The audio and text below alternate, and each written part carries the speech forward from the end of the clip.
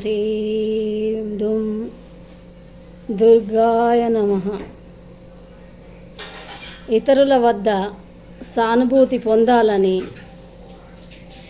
భార్యాపిల్లలను బద్నాం చేసే వాళ్లకు నిరాశే మిగులుతుంది. వాళ్ళు పుండకోరుతనం మాత్రమే చేస్తారు. మీకు ఏ సేవలు చేయరు, మీకు ఏ సహాయము చేయరు. పుండకోరుతనము చేసినందువలన మీకు ఏం లాభం వస్తుంది మీరే తెలుసుకోండి. భార్య బిడ్డలను నెత్తిలా ఎత్తుకోండి.